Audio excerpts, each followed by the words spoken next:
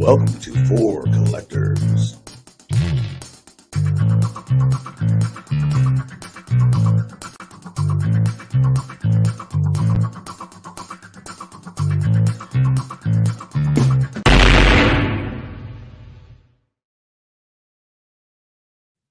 What's up, everybody? Welcome back to For Collectors, a channel that's made for collectors. And I'm Theo. I'm the host of the Sunday night live stream tonight. We already got some great guys in the chat tonight. I'll shout a couple guys out here before we start. I see Jeremy Owens in the chat tonight. I see Billy Ballgames in the chat. Billy, you came on time to see your boy Chris, I see. We got Peacemaker Cards, Stephen with the PH, Jacob Dahl, Pastor Craig, Orlando, Andrew Deutsch is in the chat. Go Crazy Card Collecting, Boom Slang. And we're getting more and more in the chat. So this is going to be a lot of fun tonight. We're going to be talking about players that could possibly be voted in by the era committee. And we're talking about the classic era. So the classic era is before 1980. And basically they've done their most damage before 1980. So it's basically a lot of players that we care about when we collect vintage cards. So this topic all came about because one of my friends, Chris, made a video. Chris, welcome, man. Hey, nice to be here on For Collectors. I feel pretty special. Pretty special. Yeah, this is cool because we did all the rookie card ranking shows, and we finished that series. And I said I need to get the boys back together. So this worked out pretty cool. Oh yeah, and that was a fun time. I think sometime in the future we ought to go back and revisit and see how some of us change our minds just because it's a different day. Yeah, that would be interesting. We got to come up with some type of series. I mean, maybe if this goes well, maybe we'll, instead of the classic era, we'll do maybe modern or something like that. But basically, Chris, let me give everybody a rundown. Every year, the era committee votes on players that didn't make the Hall of Fame, and they're on a 3-year rotation. So this year in December in the winter meetings, they're going to be voting on the classic era, and then I think the following year will be like modern players, and then the following year I think will be like managers. I want to say that's how the Jim Leland got in this year. Is that correct? I think so. I mean, I didn't know they voted on the managers separately, but I just now I'm my mind's too small. I'm only concentrated on what era they're voting on this year. Yeah. So what all came about was I saw you had a project you were working on where you were looking at players not in the Hall of Fame and wanting to collect their cards with maybe the hope that maybe one day they would be in the Hall of Fame. So can you talk to us a little bit about that project? Okay. Yeah. So listen, and you make fun of me sometimes when I say what I collect, because I say that on a lot of my early videos. I told everybody that I collect post-war rookie Hall of Famers, and then I go after player runs, and I go after the 300 great cards in the book by Mike Payne. And it's harder and harder for me to pick up a card at a show. I don't want to collect all the cards. I'm not a set collector anymore. Yeah. But I like the idea of having a card from a lot of great players. And so I decided I wanted to go after rookie cards of people. I basically say out of the Hall of Fame, looking through the window with the possibility of getting in. And so I see people on here picking up good cards of good ball players, but maybe not Hall of Fame worthy. So I thought about expanding my search and expanding, going after stuff to what I consider the top 5 players at each position, not in the Hall of Fame.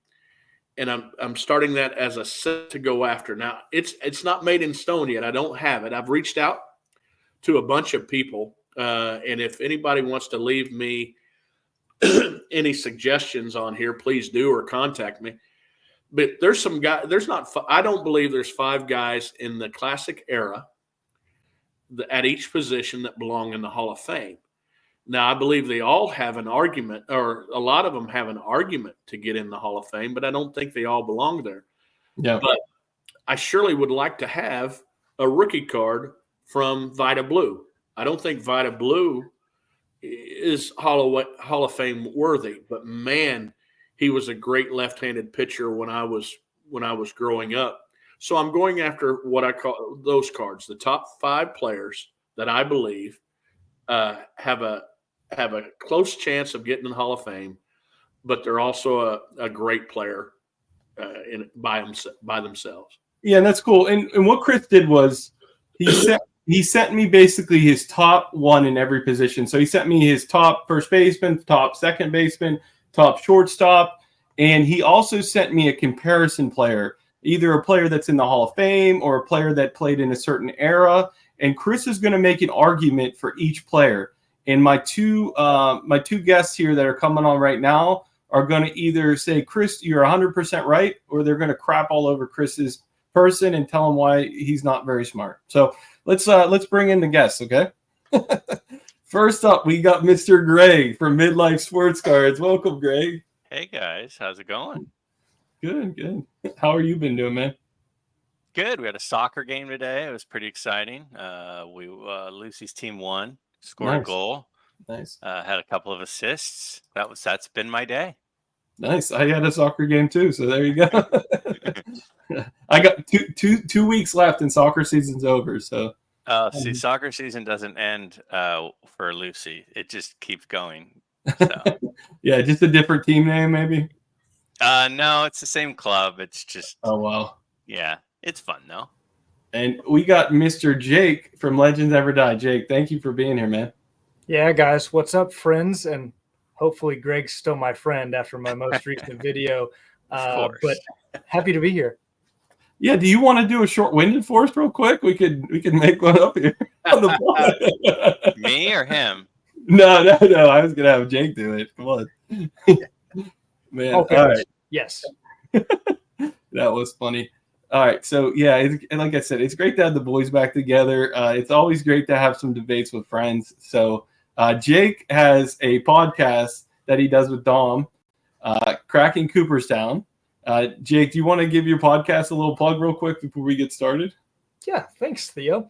Yeah, sure. So Cracking Cooperstown is about cracking the case for the future of the Hall of Fame, but also cracking how to collect it from a hobby perspective. So Dom and I have done a few different topics. It's not a regularly scheduled thing. It's kind of as we're able to do it and feel like we have a topic that we would really like to talk about.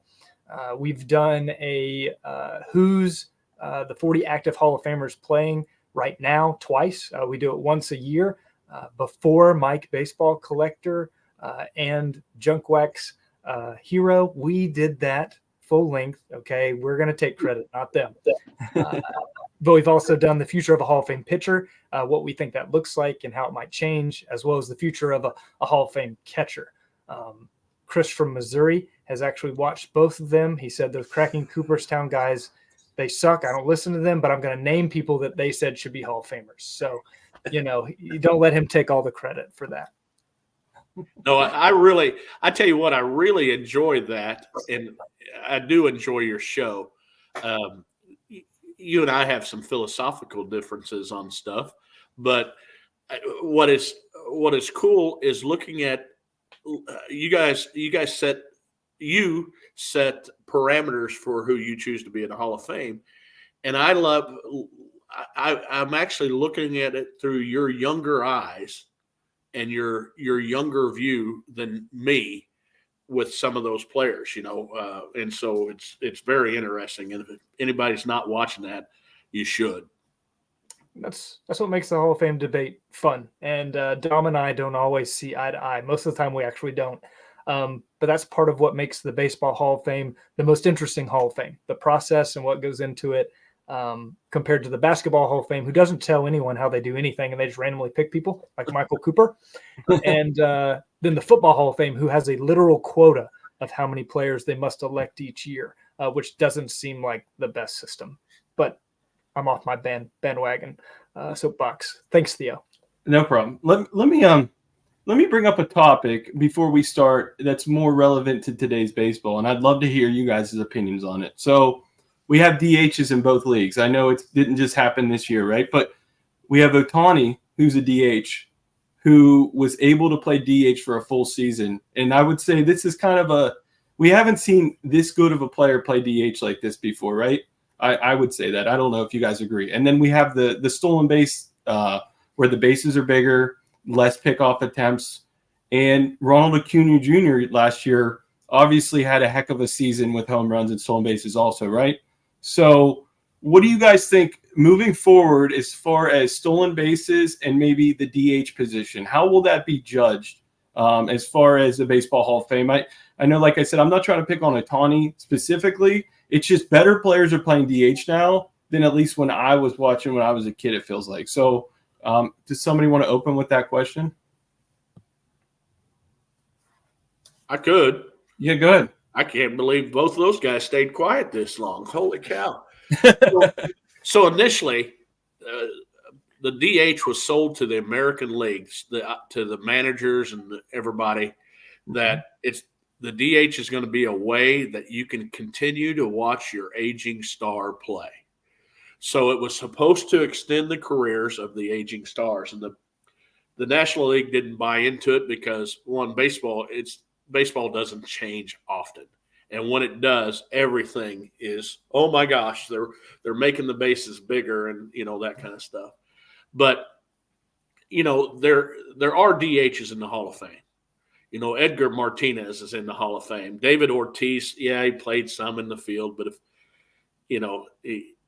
he was a DH in my book. But I think if you're going to be, I think the DH, if you're going to go by that position, he needs to be above and beyond a lot better than anybody else, any other DH, just to belong in the Hall of Fame like everybody else.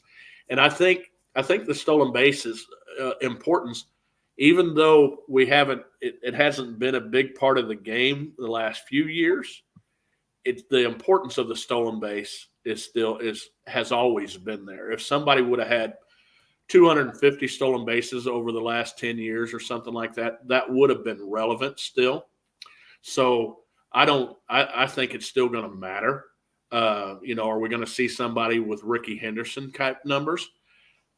Probably not, but there's all kinds of other, are we going to see somebody with 500 wins? No, so I don't think it's going to change much. I don't think it is changing much as far as thinking about the Hall of Fame.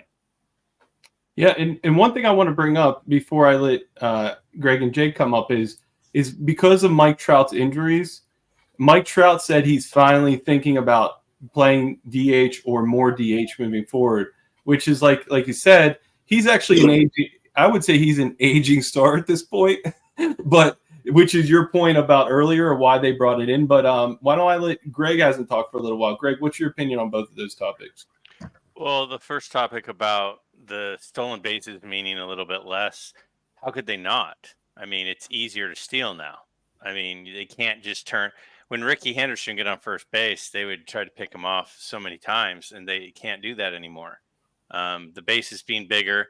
I mean, these guys wear these oven mitts when they're sliding into second base, and it gives them another 3 or 4 inches off the end of their fingertips. I mean, it's not the same. And the thing, like Chris said, is for better or worse, baseball for a long, long time didn't really change. And that's why their stats were so widely protected. They were protected.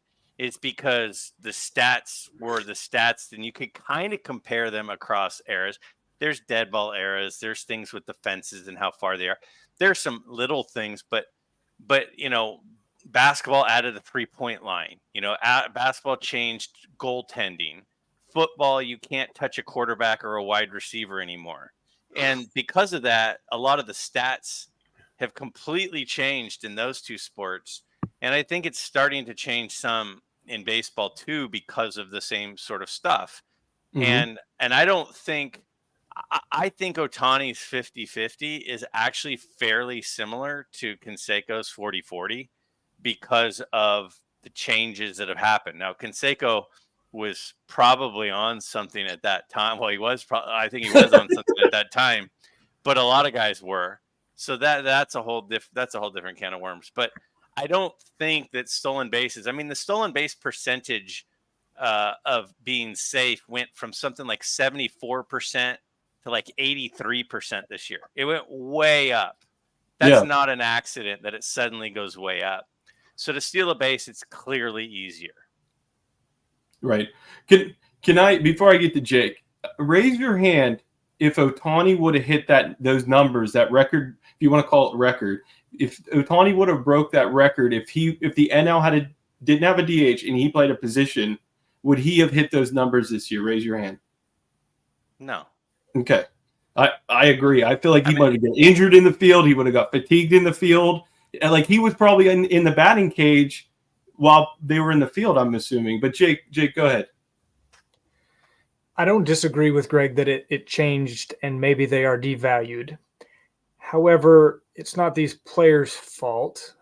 For years, Roger Maris's home run record, single season home run record, wasn't accepted because he played in more games than Ruth to do it. That was not his fault. That was the rules of Major League Baseball at the time. Eventually, baseball got it right. He is the single season record holder. Those things have changed time and time again. Just a couple years ago, with Aaron Judge's run to 62, it came out that baseball was basically giving him juiced balls down the stretch. He was hitting better baseballs. I mean, is that Aaron Judge's fault? No. Do I think that changes that he's a single season record holder minus steroids? Yeah. In terms of how much it changes stolen bases, I'll speak to that first. My numbers are not magic. They're not respected the same way as 3,000 hits or, 300 wins. But for guys that steal bases, when's the last time that somebody had a career recently that stole 500 bases? I would challenge you to think about that for a moment. I'm not really looking for an answer. It's to say, well, there's not an obvious one. Past that, the magic number, in my opinion, is 800. That's truly elite for stolen bases. Right now, for guys that I track, which is about 100 players, the top end guys that are more likely to achieve some of these numbers, there are 5 in baseball on track that could possibly reach 500 stolen bases, and there's 1 that could possibly reach 800 stolen bases. So while, yes, I do believe it is easier than it was, the bases are bigger, they can't pick off multiple times, to reach the elite numbers, you're still going to have to be ridiculously elite for you to build a Hall of Fame case off of just stolen bases. The one argument I would say is, since it's so new with the pickoff attempts and the bases wider, what I would argue with you is it was kind of like Ohtani came in. I don't know if you want to call it like Peyton Manning-esque. He looked at the role. He studied the pitchers. I don't want to say he's the first player to ever study pitchers, right? A bunch of guys have studied pitchers, right? But he went in and he said, I could take advantage of this role. And I really think it's going to be a trend. Now, I agree with you. It's going to take a while to catch up, right? To get to that 800 mark. I agree with that 100%. But I think a bunch of guys are going to do what Ohtani did this year after watching what he did. I don't know. And two, it's less accepted in the game that stolen base is valuable. It's not played that way. We're seeing it at an elite rate compared to the last decade because of the rule changes. But even if Ellie De La Cruz stole 60 bases a year, which would be elite in today's game, for 20 years, he wouldn't break Ricky Henderson's record. Mm-hmm. Yeah. It also has to become important to the pitchers to get the ball to the plate quicker. Half the pitchers do not care about that runner on first base because their paycheck is striking people out and, that kind of stuff. And holding people on hasn't been taught for a long time. And I'm talking 10, 15 years because the sabermetrics thinks that the stolen base isn't worth the steal. So the coaches read the sabermetrics and study that. So they don't teach that. And so if that stolen base stuff starts to come up, the importance of keeping them closer by a slide step or something like that will become more important. It'll even itself out. And then also you said something there, both of you said something that I totally agree with. The two biggest changes in baseball or the biggest changes in baseball and football that everybody got up in an uproar about was the amount of games played because it changed stats. Football from 14 games to 17 games, and baseball from 154 to 162. And your stat people, that just makes them crazy. Yeah. As far as the DH thing, I'll be short-winded. Go ahead. But for DH, I think that's always been the same as far as they've had to produce at an elite level, either in hardware or in counting statistics in order to earn Hall of Fame candidacy. I don't think that will change because even with a star player playing DH all the time, from a sabermetrics standpoint, they can only accrue WAR for offensive WAR. They're not going to accrue any WAR for defensive because they're not playing defense. Right. So they're going to have to produce at an elite level to be Hall of Fame caliber in a lot of voters' eyes, in my opinion. So even if you see an Ohtani go to a full-time DH all the time, which he's a separate case, he's a unicorn. Right. But if Yordan Alvarez stays at DH his whole career, he's going to have to produce stupid numbers to become a Hall of Famer to reach the level of what it is, because he's not going to accrue the WAR. He won't have that camp on his side. He's going to have to reach some really silly offensive numbers to get there. Yeah. No, I totally get your point there. And we're 20 minutes in, so we'll get to the classic era players, but I really love the discussion, and I'm happy we did it for sure. So Chris, a shot right at Greg off the bat. I love it. So your first baseman, why don't you talk us through what you were thinking here? So go ahead. Well, we hear talk all the time. Well, first of all, almost everybody that I've picked here, none of these players are surefire Hall of Famers.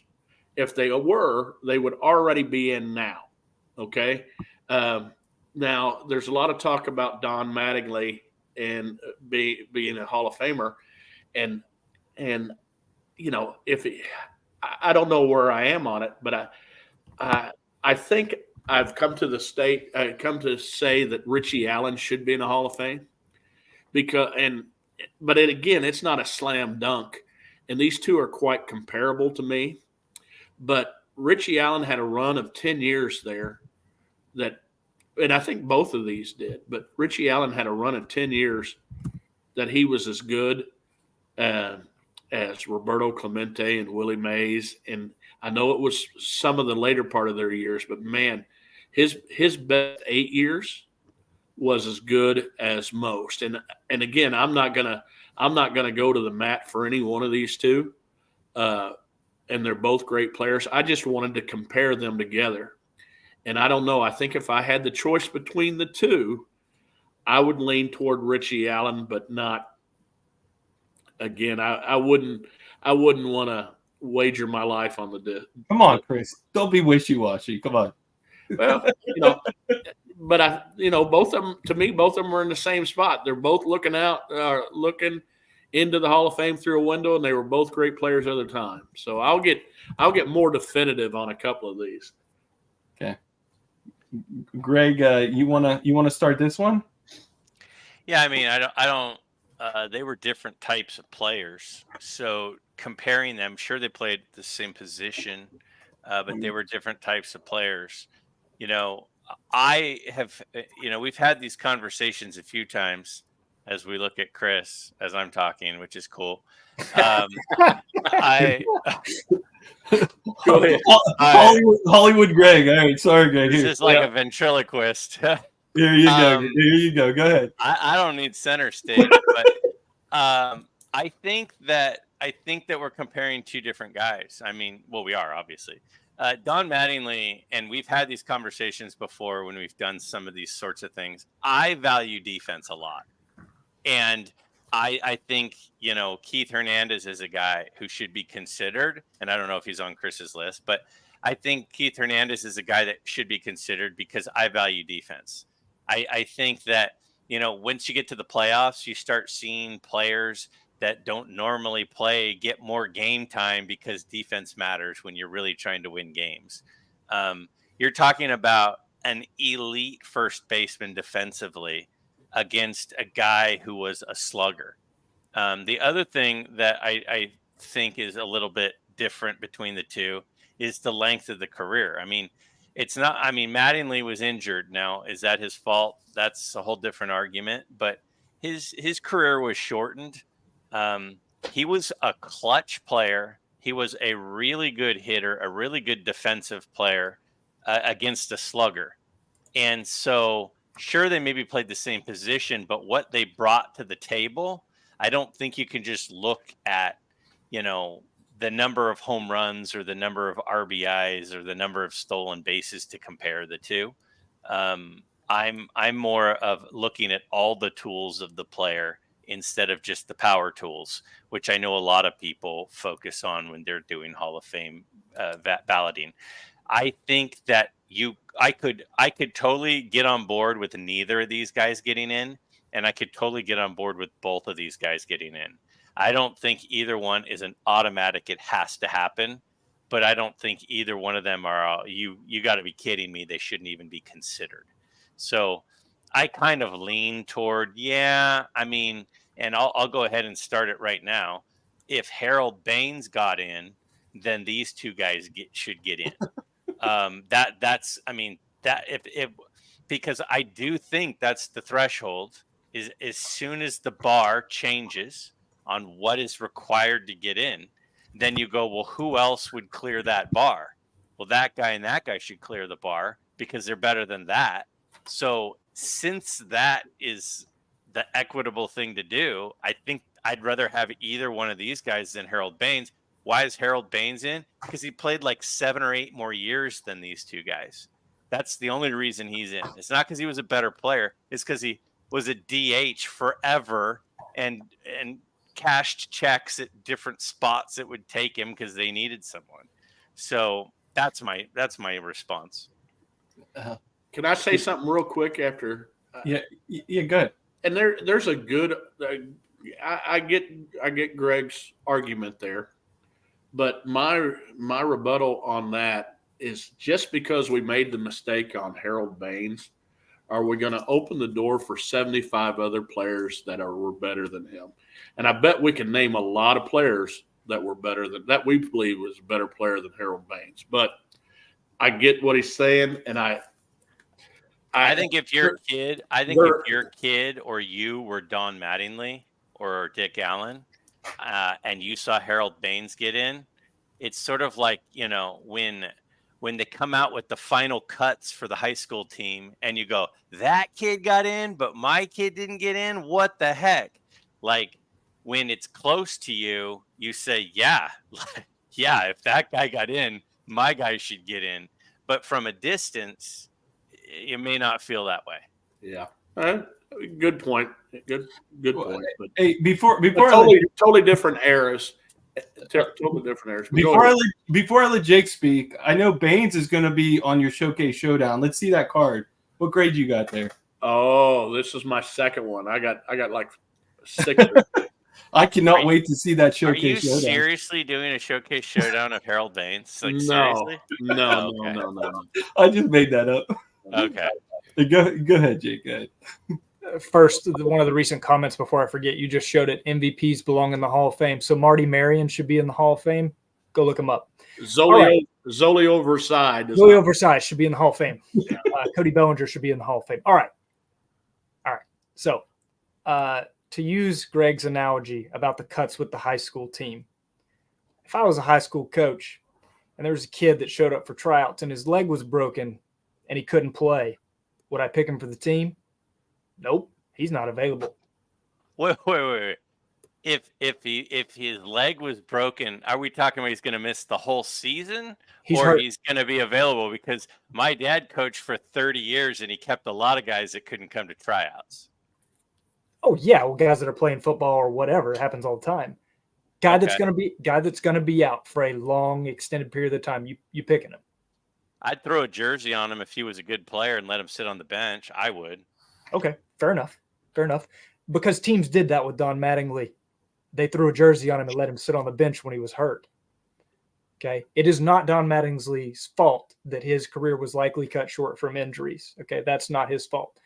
But the reality of it is that the average, if you want to go the sabermetric route, the average WAR of a first baseman in the Hall of Fame, with all of the guys that all of us believe shouldn't be in there, The average of that is 64.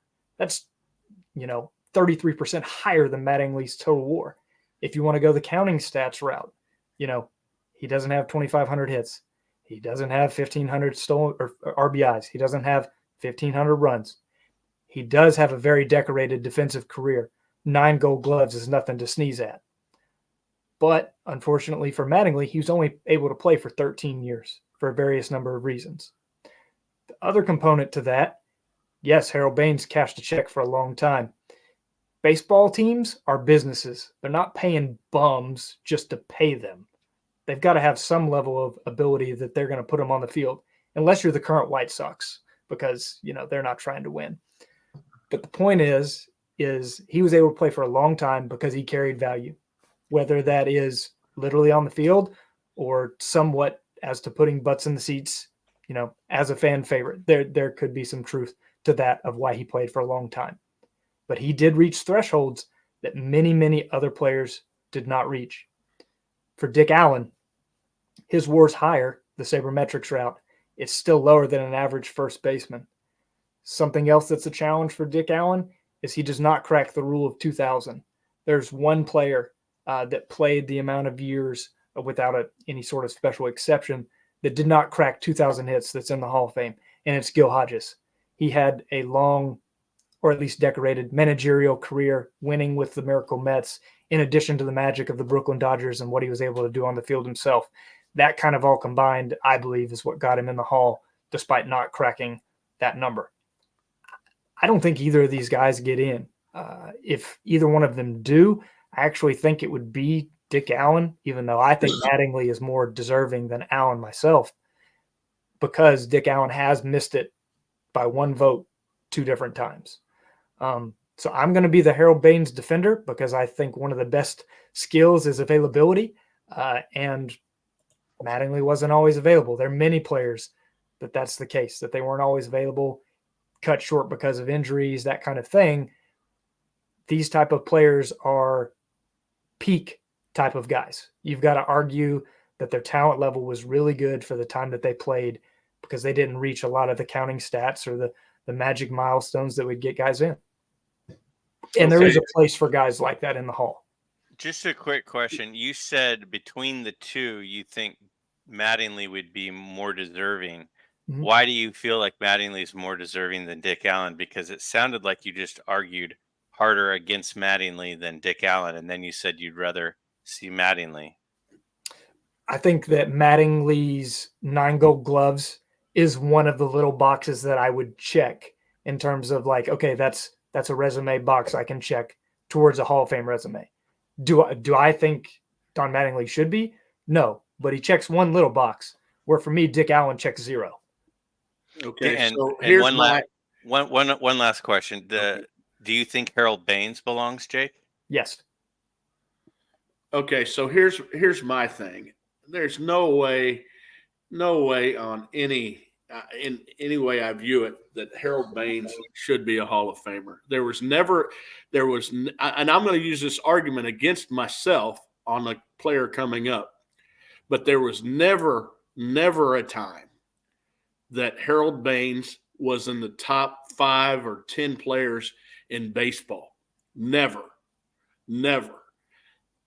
And just because he played a long time, that's awesome that he met those numbers.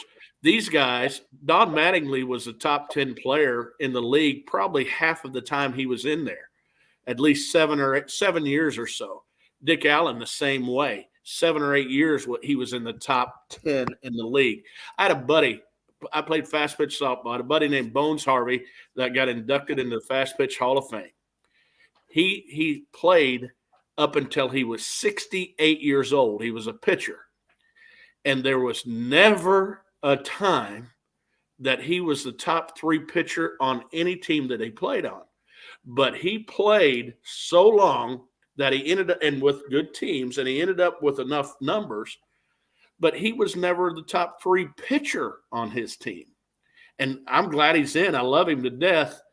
But again, just like you're like the little kid that got left off the team because he broke a leg, something like that, just because he was available and played that long, to me, that's what Harold Baines did, and we're rewarding him because he was able to play on a team that might not have been so good, but needed him as their DH or right fielder for so long. And I can't really – I mean, if you guys think he was a top 10 player in the league 2 or 3 times and I'm just missing out, I can't see it here. So Jake, he's obviously he's going stat compiler route versus best player at a position for an extended period of time. Can you say Harold Baines was the best at his position for any period of time? Best at his position? No, but he received MVP votes in 4 different seasons, including the top 10 twice. I mean, those are a lot smarter people than me. Okay. Well, I agree with that. There's an eye test, though. There's an eye test. I mean, what do you guys? Not to skip over him, but so this is for my my list that I'm going after. Steve Garvey made that list. Keith Hernandez is on that list. Boog Powell is on that list, and Boog Powell will never be in the Hall of Fame, but I want to get his rookie card. And so anyway, I wanted to share that with you. Steve Garvey, I didn't bring him up because I don't know. I don't know why I didn't bring him up. We got a bunch more players to talk about, Chris. Let me move on to the next one here. Okay. So we got the catcher debate. So and by the way, guys, we realized Mattingly wouldn't be voted on the classic era. Chris was using Mattingly as a comparison. He was bringing up Dick Allen. But Chris, so you want to talk through this one? Okay, so this is tough for me because I think Thurman Munson should be in the Hall of Fame. There's many reasons why I think Thurman Munson should be in the Hall of Fame, and mainly because of these two. Ted Simmons, Hall of Famer, and I believe he deserves to be in the Hall of Fame. And let me show that again. You won't see that on a Showcase Showdown either. And then Carlton Fisk.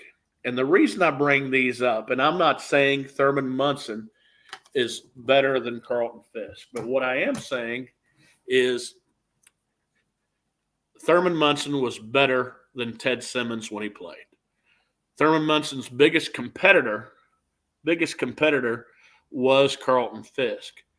Now, Ted Simmons was on the ballot, and he was off the ballot after the first year. He only received 4% of the vote, and then boom, he was off the ballot. They didn't think enough of him to keep him on the ballot, and he remained off the ballot for 27 years until they voted him in.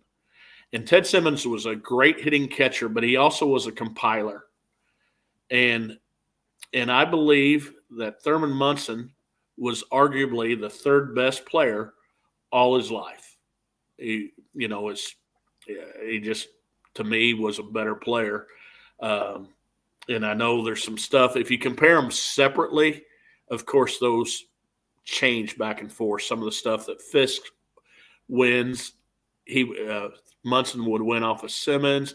Some of the stuff that Fisk or that Simmons wins, he would win over. To compare all three of them together kind of skews Munson's stats like he doesn't belong.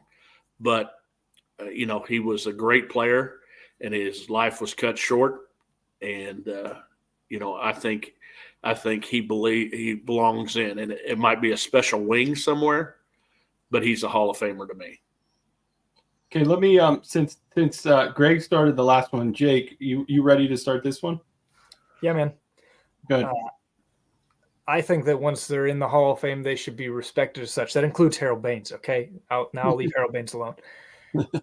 That being said, I would not have voted for Ted Simmons, but he is a Hall of Famer. And catcher is one of the positions that is the least well-defined of what makes a Hall of Fame catcher. And Dom and I did an entire episode on this. I'm not going to beat it to death, but I think that the landscape of what makes a Hall of Fame catcher is about to change, because we just saw Maurer on the ballot. Yadier Molina is coming up on the ballot, and so is Buster Posey. Now, without getting into the weeds on this, why, this, that, and the other, I'll just say that I don't think Posey should be a Hall of Famer. I think that he will be. I also think Yadier Molina will be. And with that recent run of catchers, I do believe that Thurman Munson will get a second look. And when compared positionally to those guys, he stacks up pretty well. And I hate the analogy of like, well, XYZ player is in, so this player should be in, because the Hall of Fame is filled with mistakes in its history. There are plenty of guys that they got wrong. Everybody picks on Baines because it's the most recent one that most people feel like was incorrect. But there is a litany of guys that maybe shouldn't be in there. So I don't like using, well, if so-and-so's in, then let this guy in. Should we lower our standards simply because they got one wrong? I don't think so. But I think catcher is a position that is underrepresented. As we have a former catcher on this board, Chris, there should be more of them in there. And if that's the case, Munson stacks up near the top of the heap for both guys recently retired and long retired. I think he's a future Hall of Famer because of that. All right. Greg, what do you have to add? I think that out of everybody who's not in the Hall of Fame right now that is eligible in this year's veteran committee, the person who is most deserving is Thurman Munson. I think that sort of similar to what Jake just said, catchers are a tough one. What they do for the team is different than what any other position does. Thurman Munson was a leader. He was an outstanding defensive player. And I totally respect what Jake was saying a second ago about, Mattingly, and his injury sucks, but it still was an injury, so he wasn't able to play. I do respect that, and I get that point of view. I think Munson's situation, being that he was deceased, is now that falls into a different category. That's not that goes to a level of, because I do think that we're in an era now where I think a lot of guys are going to play shorter careers. We're not going to see these 20-year career superstars anymore. I think like a LeBron James is kind of a freakish situation, obviously a different sport. But I think what we're going to see is players that are dominant for short periods of time. And part of the reason that's possible is because of the amount of money that these guys make. When their body starts to fall apart, they don't want to ruin their legacy. It's like the Tiger Woods thing. It's like he could be trying to play some more, but it just would hurt his legacy. So he just says, I'm good. And I think that back in the day, guys needed to play because they needed the money. So they would go out, and when they probably shouldn't have been playing anymore, they were doing whatever they could to cash paychecks. And that isn't what's going to be happening now. So I think that we're going to see less stat compiling.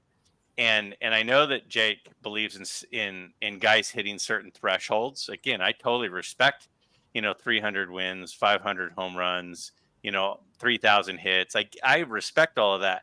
But we're going to see fewer and fewer guys doing that. Pitchers don't pitch as many innings, so their strikeouts aren't going to be. I mean, we all know the stories of how that's going to go. So I think what's going to start happening is we're going to start looking at how dominant was a player when they played more than what stat threshold did they hit.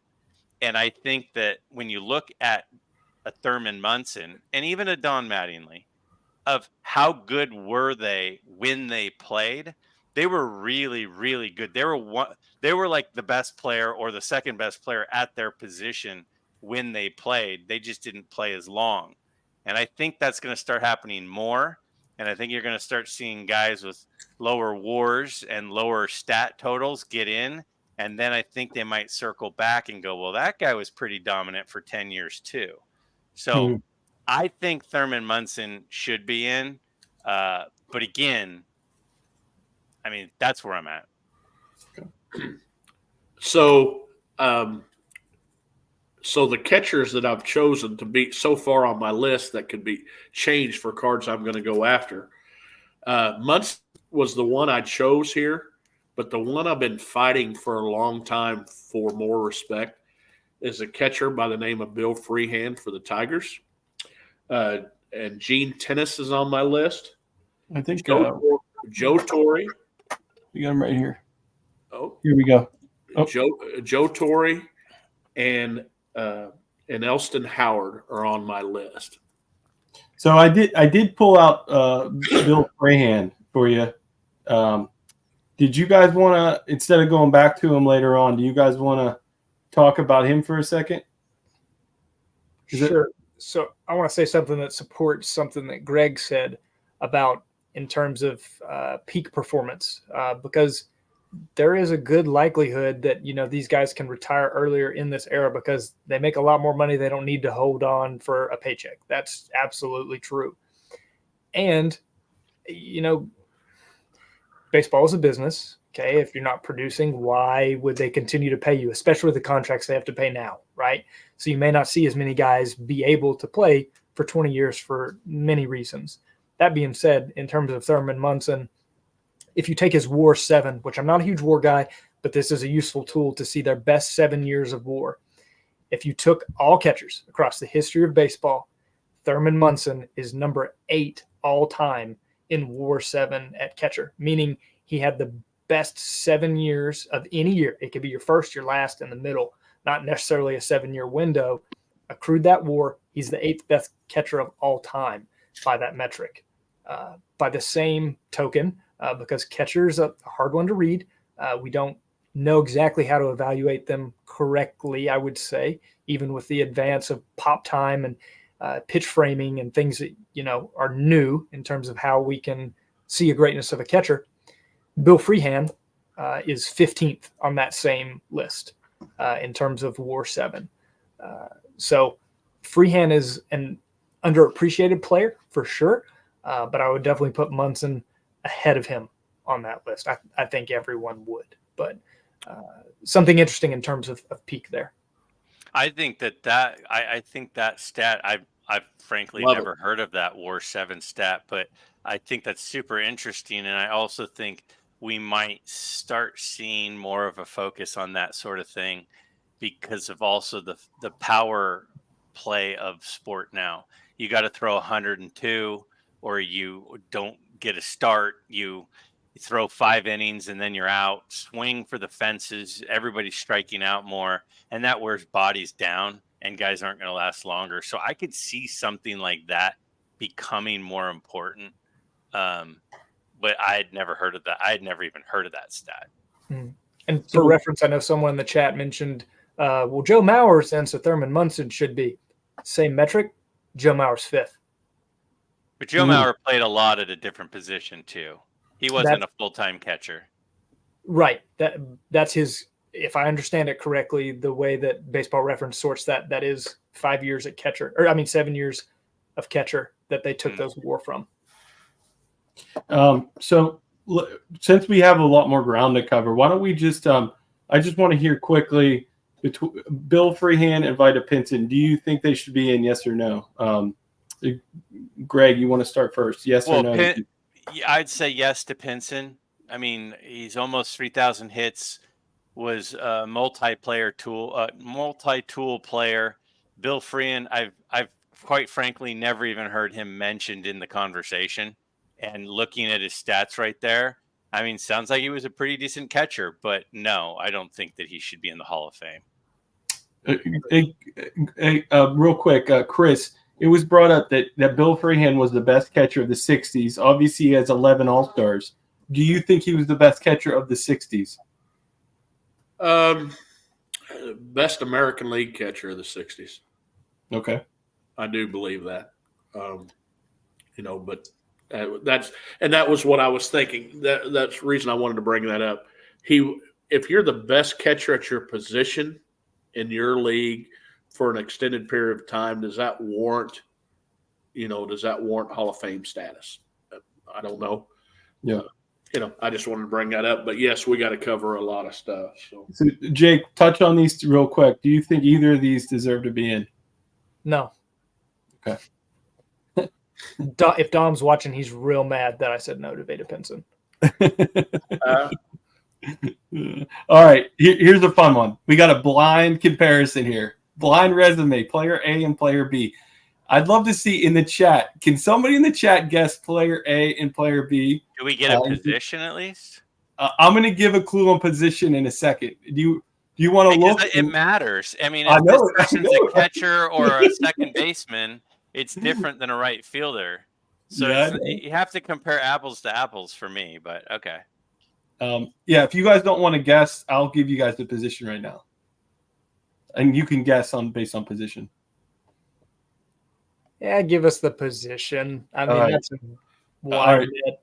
All right, second base. Oh, it's Lou Whitaker. On the right, okay. Yeah, Lou Whitaker's the high war for sure. Okay.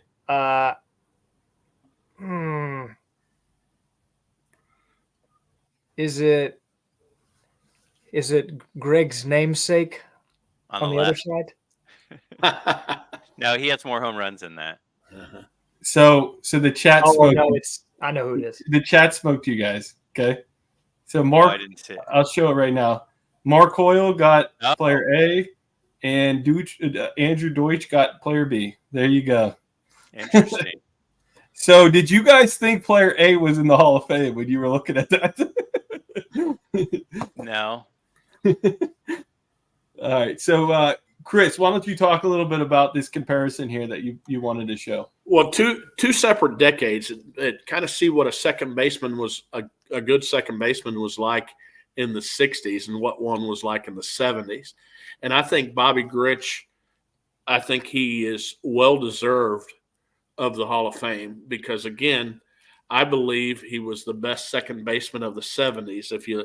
If you look it up, in different rankings, they have him as the best American League second baseman. The only one better than him at that time in baseball was Joe Morgan, who is a perennial all-star and great one. And I just think that he's been overlooked too much. His WAR's really high. Freddie Patek, shortstop I talk about all the time, he played his career with Bill Mazeroski, who had 8 Gold Gloves, Frank White, who had 8 Gold Gloves, and Bobby Grich. And he talks about him being the best Bobby Grich being the best defensive second baseman that he played with. And that's saying a whole lot. But anyway, with his offensive skills at second base, there's not too many better than him as a second baseman. I just think he belongs. And I'm just bringing it out there. And his rookie card is in 1971. And that's his rookie card. And that's one that I'm going after. And then after we're done here, I want to tell who the ones on my list so far. But go ahead, somebody. All right. Greg, do you want to start with this one or you want me to go to Jake?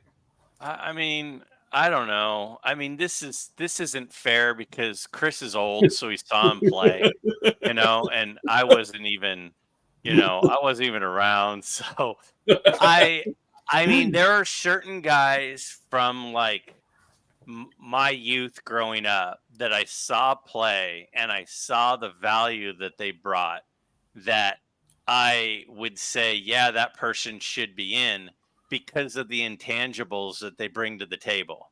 Like I think Omar Vizquel, but again, I'm a defensive guy. So it's like I see like an Omar Vizquel and I'm like, he's not in, give me a break. Like got a ton of hits and like a Kenny Lofton, maybe even with all the stolen base and what he did to the game on the teams he played. But that's only because I actually witnessed him play. So I don't really know with a guy like this. I mean, with that WAR, I get it. I do get it. And he won Gold Gloves, and I get it. But I'm looking at a pretty nice copy of his rookie card for sale on eBay right now for $2.99 with free shipping. So he must not have been that important. I don't know. No, I feel you. None of them are graded because it's not worth grading his rookie card. I mean, they're all raw. So Jake would be thrilled. Hey, to play devil's advocate, if he was in the Hall of Fame, you guys would be all over that card. You'd be collecting it, even if you. Oh, come on. All right. You collect Hall of Fame players. You don't? Not from the 1970s. Oh, okay. Yeah, but I mean, I don't know. I'm just gonna say I'll let smarter people talk about this one than me. Jake, this has to be one of the highest WARs not in the Hall of Fame. What do you know? What is the highest WAR player not in the Hall of Fame? Well, Clemens and Bonds. Well, okay, non-steroid. Let's go. He'd be up there. Yeah, because obviously Pete Rose doesn't count too, right? So, and not counting other guys that are up there that are still currently playing. For example, Right. he's not in yet. His WAR is very high. Right. So on. So, when Mazeroski was playing, Chris remembers it very well. He was about 50 years old then. And, he was sitting around, at his local restaurant because they didn't have the internet yet. And they were all, complaining how Bill Mazeroski was their era's Harold Baines. Not really, because back then, not as much was intense statistic driven. I think there was a lot more weight put into hardware. And with Mazeroski having double-digit All-Stars and 8 Gold Gloves, in history of the game, there's only like 30-something players that have 8 Gold Gloves or more. Has the award existed for all time for baseball? No, but it has for a long time. And many of that list of 30-something players hadn't ever picked up a baseball yet when Mazeroski had 8 Gold Gloves. At the time that he got in, a lot of the second basemen that are now Hall of Famers are not, were not playing. He was considered closer to one of the most decorated, better second basemen that had ever played the game to that point. Yes, there were the Jackies. Yes, there were the, not Tris Speaker. I drew a blank. Rogers Hornsby. Yeah, Rogers Hornsby, Charlie Gehringer. Yeah. Gehringer. There were some other guys, but the list of Hall of Fame second basemen was pretty short at the time. Now, if it was up to me, I would not vote for Bobby Grich. Mazeroski, I would vote for. He hits my thresholds for the hardware that he earned, but he is not a strong Hall of Fame case. So please, I heard in the chat if Mazeroski doesn't hit the home run to win the World Series, that he wouldn't be in. Let's throw water on that. That's not true, right? That's not the only reason. It doesn't hurt his case. No, I'll tell you what, though, a defining moment really helps. It really does. And that was one. I'm not a huge Mazeroski fan, but I'm a fan of. He's on my list to pick up. Frank White, who also has 8 Golden Gloves and played for a long time. So here I would argue for Frank White. So I'd be a hypocrite if I didn't say Bill Mazeroski belonged in. But again, Bobby Grich was the best second baseman in the American League for a long period of time with a high WAR, 3 Golden Gloves, a Silver Slugger, led the league in home runs one time, which is weird for a second baseman. But again, it's kind of, I just throwing that out there. So here's my list of second basemen that I'm going after. That's still on my list so far, but anybody can reach out to me and help me change this. I have Grich, White, Willie Randolph, Davey Lopes, and Junior Gillum, and all of them probably not in the Hall of Fame, even for me. Okay. So. All right, let's move on. All right, we got another blind resume here. So you guys want to check this out, see if you can try to get an idea. I want to say, Chris, is this third base? I want to say. Yes. I should know. I made the presentation. Third baseman. One of those got to be Ken Boyer. Ken Boyer, interesting. Okay, you don't know. Wait, where are we at on home runs? Left is Nettles, right is Ken Boyer. Look at him go. Uh-oh. Chris is taking more shots, I think. Okay. Chris, why do you have these two guys here? Well, there's a lot of people. I kind of hate this, but there's a lot of people that are on the bandwagon that Ken Boyer belongs in the Hall of Fame. and I put his stats up next to Ron Santo.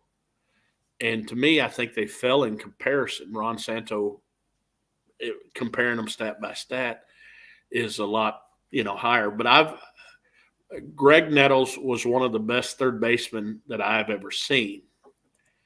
And the only reason that I wouldn't vote for him is because he was a cheater.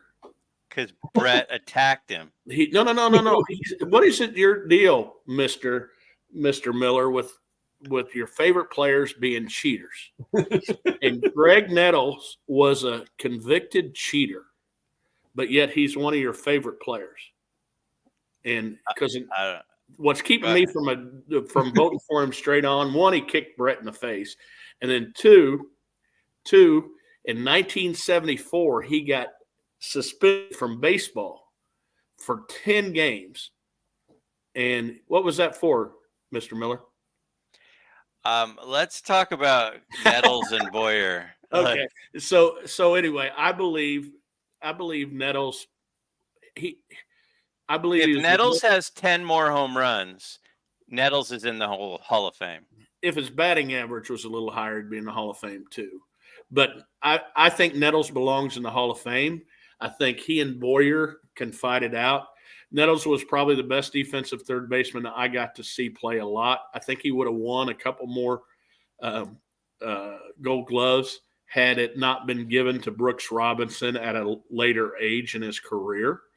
Because I believe once you win a Gold Glove and they're known for that, it's hard to relinquish that Gold Glove if you're really, really good. And so, again, what's keeping him from it, I believe, on my end, is the low batting average.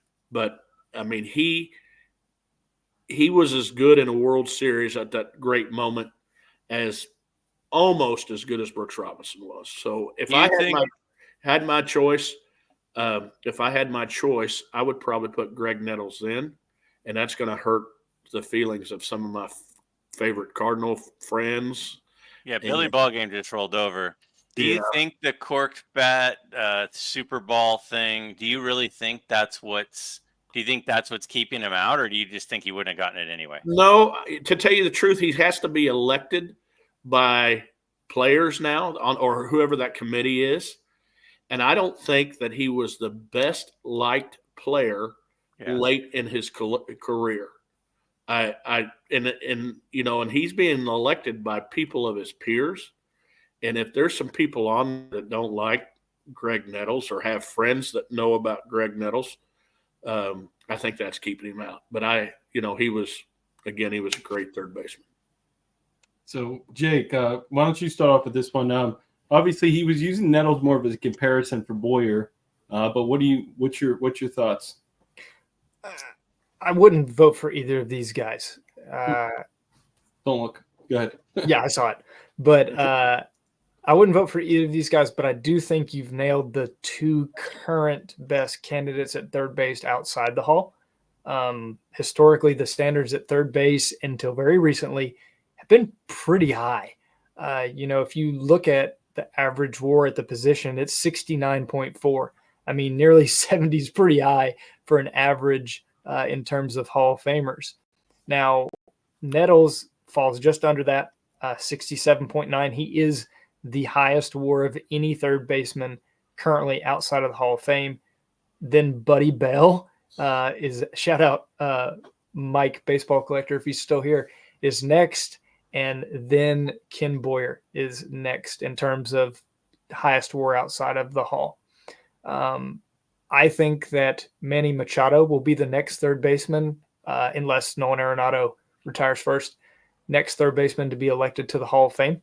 And I think they will both surpass these guys. But third base in terms of total players at the position is somewhat still underrepresented. So it's not a complete stretch that one of these guys gets in. Okay. All right, Greg, what else do you have to say about these two guys here? I would say that of everybody that we've listed so far tonight, if I had a vote, and I'm being honest, obviously, the one I would vote for is Thurman Munson for sure. Yeah. There are a couple others that I struggle with, Mattingly being one of them, but Munson's for sure for me. The others are, I could be talked into it or out of it, I think. I obviously have an affinity for Nettles, but I've never really thought he was going to get in. I'd like, I mean, it'd be cool if he got in, but I've never thought that was going to happen. So, I mean, I know he hit a lot of home runs. I know he had a really good glove at third, and he did it on the biggest stages.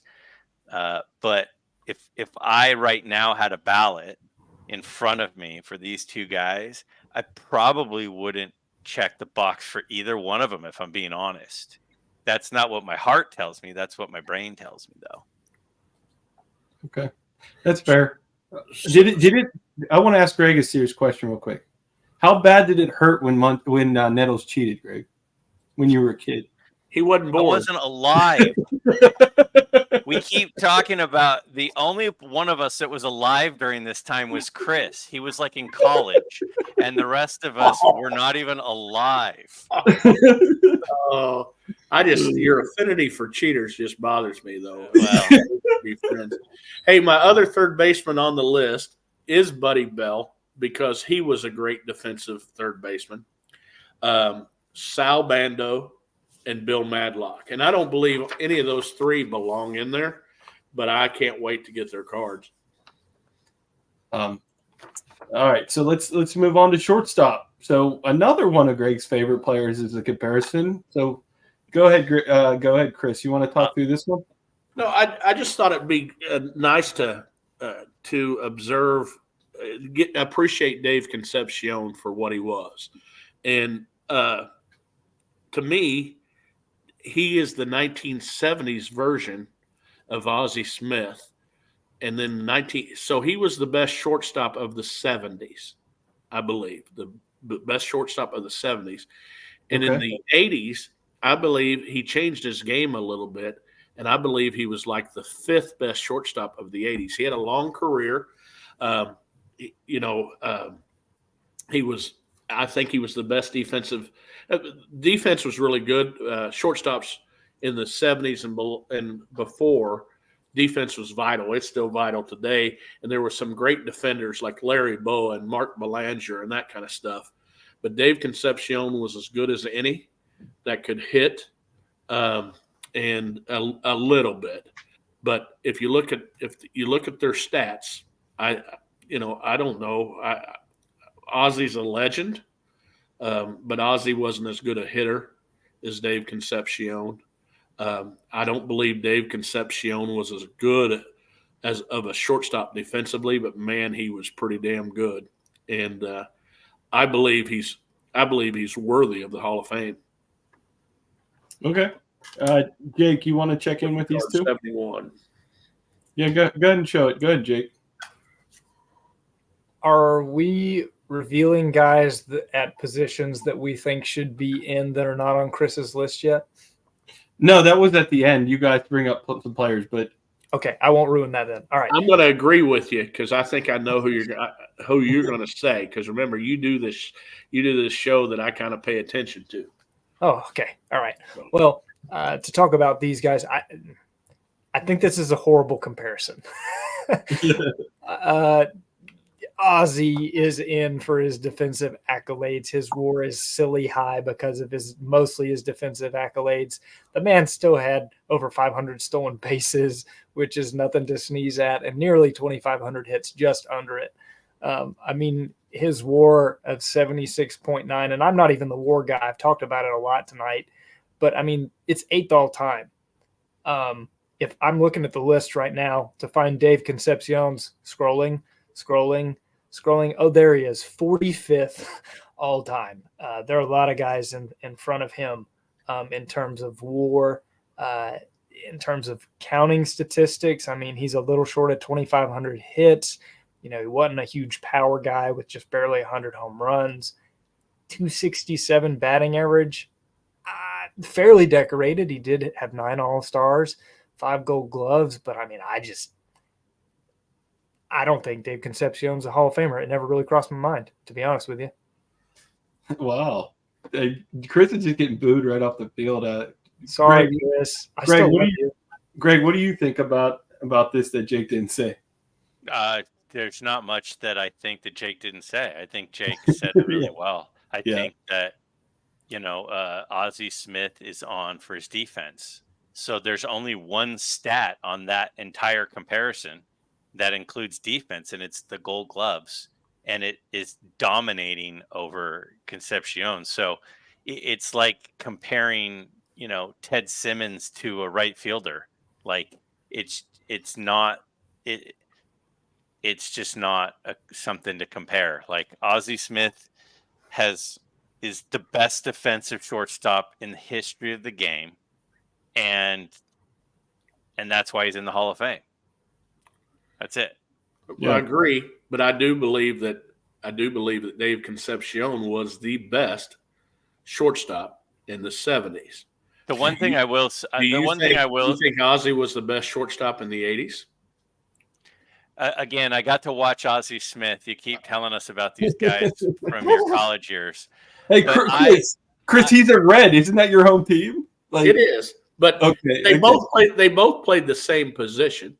Right. They both played the same position. I will say this. I will say that there was a really, really long stretch of time where a shortstop wasn't really a productive offensive player. It was like a really long time. Yeah. And it wasn't until the A-Rod, Nomar, Jeter, Barry Larkin, like late 80s, early to late 90s, that started to really change a little bit.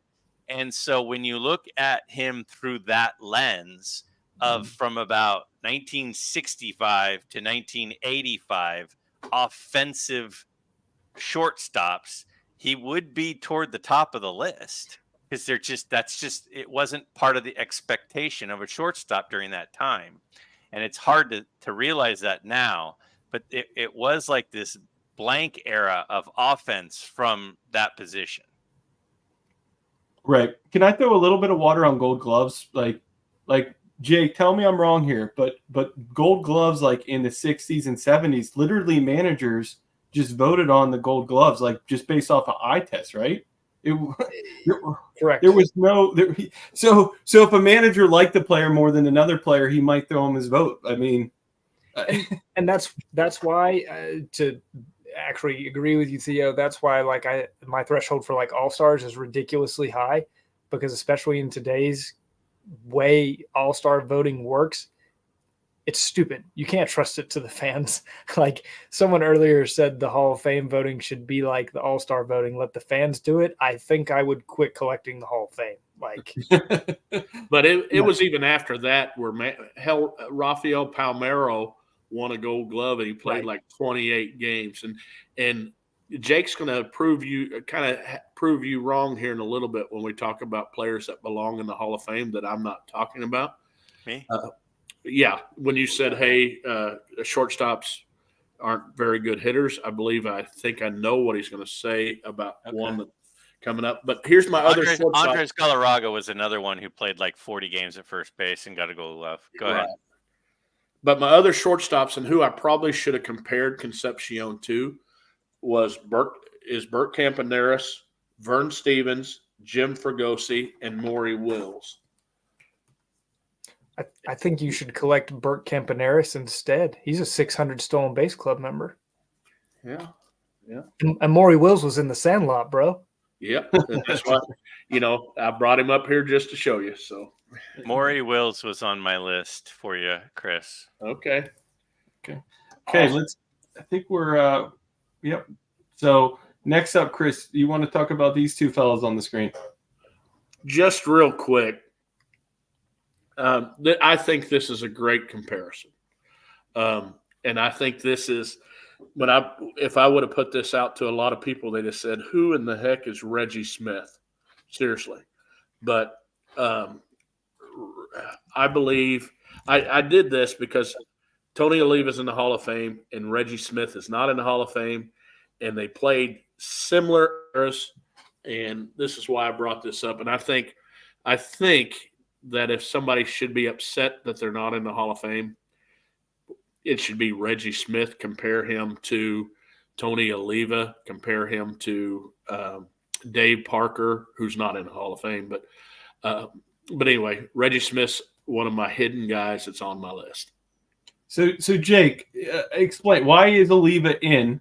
What numbers did he hit and Reggie Smith didn't, I guess? I think Tony Oliva is partially in because of what he means to the Latin baseball community. I really believe that. And I'm not saying that's undeserved. I'm saying that narrative, that kind of box that's checked on his resume, because it is important, I think put him over the top. I really do. Okay. I think if you take that out of the equation, look at it. Other than, one more All-Star for Oliva and the batting titles, which is nothing to sneeze at. 3 batting titles is legit. That does check one box for me. Yeah. Other than that, Bill Madlock had 3 batting titles, right? Or did he have 4? 4, I believe. Yeah, 4. Okay, go ahead. But saying that, other than that, compiling stats, Reggie Smith has the better, career. Yeah, you're welcome, Al. And he does have one of the highest WARs outside of the Hall of Fame at his position. And Dom would love that Reggie Smith is here. Yeah. Reggie Smith is somebody not talked about enough, at least in the hobby. I don't feel like Greg, do you have anything to add about this comparison Chris put together? I mean, no, not really. I mean, I think I mean, Tony Oliva, I don't know. I guess the batting titles, and I just pulled them up and was looking through like his year-by-year stats. He was runner-up for MVP twice, although Dale Murphy won MVP back-to-back, and he's not in. But I think the batting titles is probably your answer when you win 3. But again, the Bill Madlock thing, who has more? I don't know. I don't really know what to say about this one. Yeah. I think Chris did a really good job with this one. Hey, Chris, since we're already an hour and 20 minutes in, let's move on here. We got Mr. Mangini's favorite player here, Dave Parker, with a comparison. So go ahead. The only reason I brought this up is because Dave Parker is talked about a lot for belonging in the Hall of Fame. And if they're going to put him in the Hall of Fame, God dang it, put him in the Hall of Fame now. Don't wait around. And I believe, again, when I was watching baseball as a young guy, and when he was playing, when he walked on the field for a big part of his career, I thought he was one of the biggest, baddest dudes that played baseball. And I looked at him when he played as a Hall of Famer. Now, you can argue against him, and I get it. But again, if you're that good to me and one of the best players, you belong in the Hall of Fame for that amount of time. So anyway, that's why I put this comparison, because Dwight Evans is very underappreciated and not talked about a ton, near as much as Dave Parker. So your point is Parker gets a lot of the publicity with people saying put him in, and Evans doesn't. And Evans has some great stats, basically, right? That's what I'm saying. And I'm not saying Dwight Evans belongs in the Hall of Fame, but if you're going to look at Dave Parker, you need to look at Dwight Evans. Yeah. Jake, you want to start off with this one? Yeah, sure. Dave Parker definitely gets a lot of the headlines in terms of guys that should be in that are not. Dwight Evans is underappreciated, overlooked, not talked about near as much. He's got more defensive chops, Dwight Evans does. But Dave Parker is one of the more decorated in terms of hardware that are non-steroid guys outside of the Hall, especially in his specific era. I'm a no on Parker. I've said that publicly many times. But if Parker is going to be a Hall of Famer, I'm with Chris. Put the man in while he's alive. He's still with us. That's a big push for the Hall these days. So if it's going to happen, I hope it's this next go round for Dave Parker. I don't think either Hall of Famers. They're just under. They're very close, but they're just under for me. Greg, what do you have to add? Yeah, well, my main takeaway from this one is I think a lot of the guys that are close that aren't in, we've mentioned a few times, they weren't particularly well liked. And some of the off the field stuff that, rumored about and, reported on and stuff. And I think Dave Parker, there's probably some of that has held him back some. And that's one of the issues I kind of have with the voting is it's being voted on by these people who are like pretending to play God and they're not. And they're voting for and against people they don't like or they do like. I mean, David Ortiz is really well liked. He's a really likable guy, and that definitely helped him. And there are other guys like Manny Ramirez who is not well liked. And that definitely would hurt a guy like that. Gary Sheffield was not really well liked, and so I find I have a hard time when we start looking at like personalities and if a guy was outspoken and a guy what their character was like on whether or not they get into the Hall of Fame because of that. I don't know. I guess it should be part of it, but at times I feel like these people are playing gatekeepers and they shouldn't be. But Dave Parker, won a couple of batting. They're back-to-back batting titles, I think. MVP. I didn't like him because he was on the Oakland A's, in the 80s when they were good. And I didn't like that team living in Northern California. We rooted for the Giants. And so that was that. But I don't think I would vote yes on him, but again, he's one where I'd have to really sit and deliberate on. I think he's really close, and I could be talked into that one. Yeah, I think Greg's right where that unfortunately some of the people in the room on these committees are wielding the character clause when it fits their narrative because it exists. Yeah. But it often seems to be used against people and not for them, which we won't get into that. But I will add that Dave Parker is so close for me. I'm a stickler for my thresholds. Y'all know that. If Dave Parker had 7 more RBIs, I'd vote for him. That tells you how close he is for me. I would not bat an eye twice or think any less of it if Parker was a Hall of Famer at all. I'm pretty sure I might be wrong on this, but I'm pretty sure Parker's defensive WAR actually hurt him later in his career. I might not be right on that, but I'm pretty sure when after he left the Pirates, his defensive WAR was negative, and I'm pretty sure that's why his WAR number isn't very good. And I'm curious if he actually played DH his second part of his career, it would maybe been more helpful. I know it is what it is, right? And obviously he fought demons and stuff like that, and that hurt his career too. But we can move on here. So we got one more blind reveal here. I believe. What is this? Oh, these are 2 pictures, obviously. So anybody in the chat guess who these 2 pictures are? We got picture A and picture B here. I think. Oh, am I not supposed to say? Oh, you can go ahead and talk through it. It's fine. I think Tiant is on the right. Okay. With those strikeouts and that many wins, I think Tiant's on the right. On the left, I don't know. 5 championships. 8 All-Stars and 5 championships. Is that Tommy John? No, Tommy John has more wins than that. He has like 280 or something. Which of these players' blind resumes should be the Hall of Famer? Player A or player B?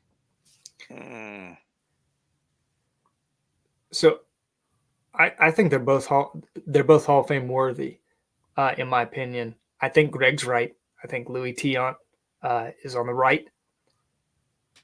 I'm pretty sure the one on the left is Tar Heel Catfish Hunter. Interesting. So It's probably someone that's in, yeah. So Jake, you think the one on the left should be in and it's Catfish? Yes. Okay. All right. There we go. That's a good one, Jake. I did just do an episode on pitchers, so that helps. So Chris, why don't you walk us through this one, your comparison you chose? Okay, Jake, here in a second. Pay close attention to this one stat that I've been researching.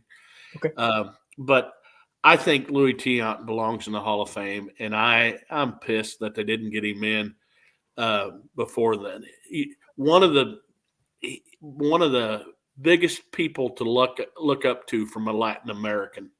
I mean, from Cuba, he changed his style of pitching. He was a flamethrower early in his career, and then he just the amount of innings that he threw. He's got a historical game that he pitched 16 innings against Nolan Ryan, who pitched 15 innings, and one of them threw 179 pitches, and the other one threw 100 or 210 pitches. He won 3 games in the best World Series, arguably the best World Series of all time, in 1976 or 75 against the Cincinnati Reds. He won the 1, 4, and 6 or something like that. And just I think that's right. I didn't even look that up. But I just, he was a strikeout. He was a strikeout legend. He was good in big games. And the thing that I like the most, and I think we ought to search this and see if this matters, but he played on a team that their winning all the teams that he played on, you look up their winning percentage, added up to 500 and let me make sure I get this right. Winning percentage was like 517 for all the total wins, but he was 60 points higher than that. I mean, and then so far the one that I've looked up the most is Tom Seaver is 90 points better than his team's winning percentage average. Now, I know Nolan Ryan belongs in the Hall of Fame. I know he belongs in the Hall of Fame, and he's one of the greatest pitchers of all time. Billy Ballgame and I argued about 90 miles on this one subject.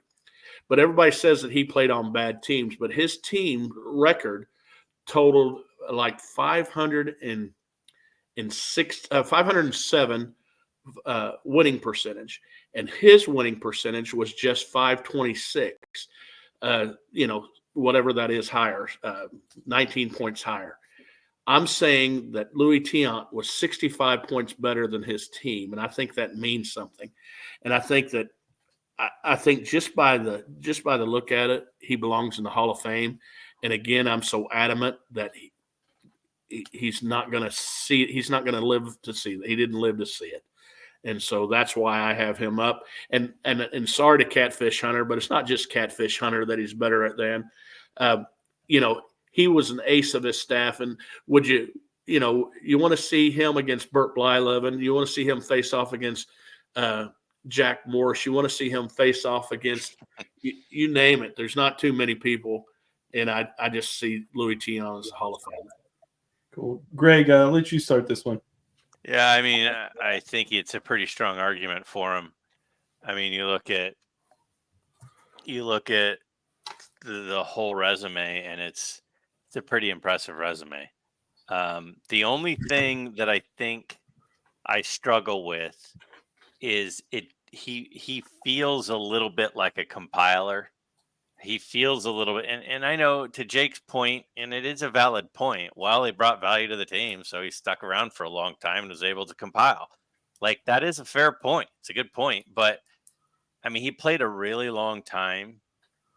He never was like a Cy Young or runner-up, or even, I don't even think top 3 in Cy Young voting.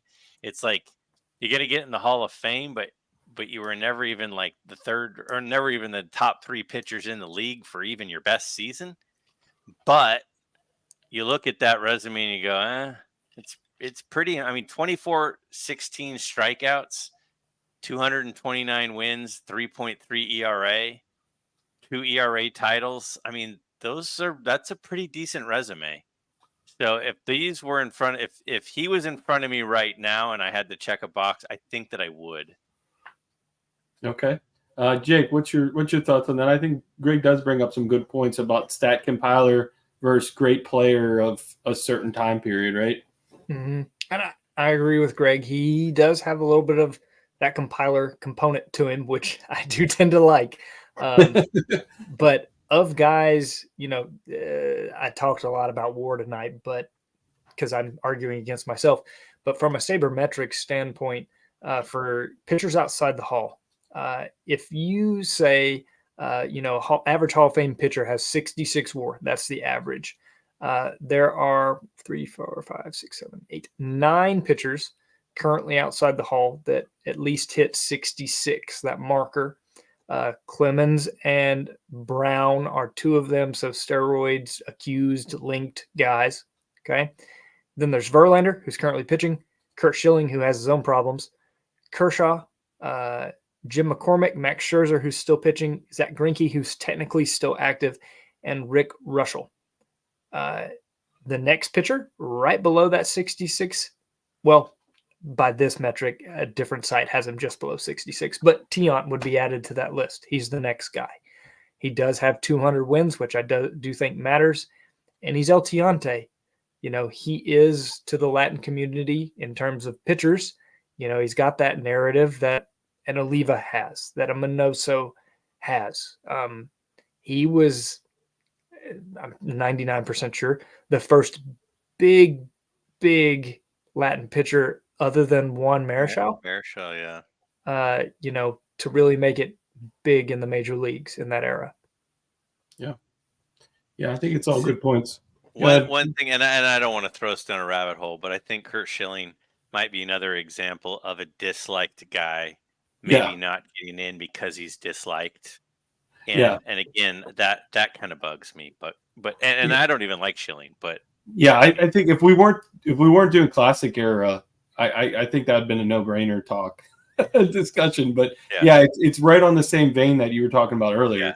Yeah. The character stuff that so.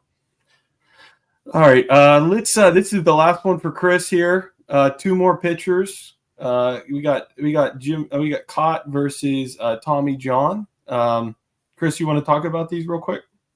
No, it's just again, this is the one that the argument that I don't like when I say, well, if you're going to put him in, you need to put him in. So here I'm doing the same thing that I said very first I didn't want to do, but they're the same guy to me. They're the same guy to me, and I think left-handed pitchers are underrepresented in baseball, and I also think they have a disadvantage, to tell you the truth. And the disadvantage is this: they face a ton of twice as many right-handed hitters as right-handers face left-handed hitters, and so I think they're underrepresented. These guys are high on the strikeout list. I thought about putting Mickey Lolich on this because he's got the 5th most strikeouts of any left-handed pitcher, and he's eligible to Hall of Fame. But I chose Tommy John, and one of the reasons, and I think you'll find this impressive, that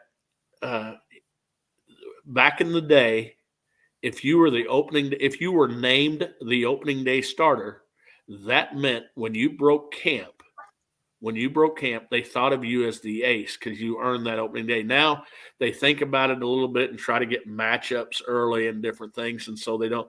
But back then, when I was in college back in the 50s and 60s there, Greg, if you were named the opening day starter, you were the ace. And Tommy John was the opening day starter in 1966. And 23, I think, if I do my math right, 23 years later, he was the opening day starter in 1989. And to me, that's pretty impressive. with everything that he's been involved with his name and the surgery named after him, and he has a little bit better win record, just a lot of stuff. His ERA a little bit lower. He wasn't a strikeout pitcher, but they were about the same, his walk percent, and they were all very close in a lot of things. And if somebody says, well, and I'm saying somebody being you, Jake, if somebody says, but Jim Cott got 16 Golden Gloves as a pitcher, that is about as much of a worthless thing as trying to, I don't know, I better not say this on. So you're saying Greg Maddox's Gold Gloves didn't mean crap? I say a pitcher's Golden Gloves doesn't mean much because Greg Maddux, he start 35 games a year.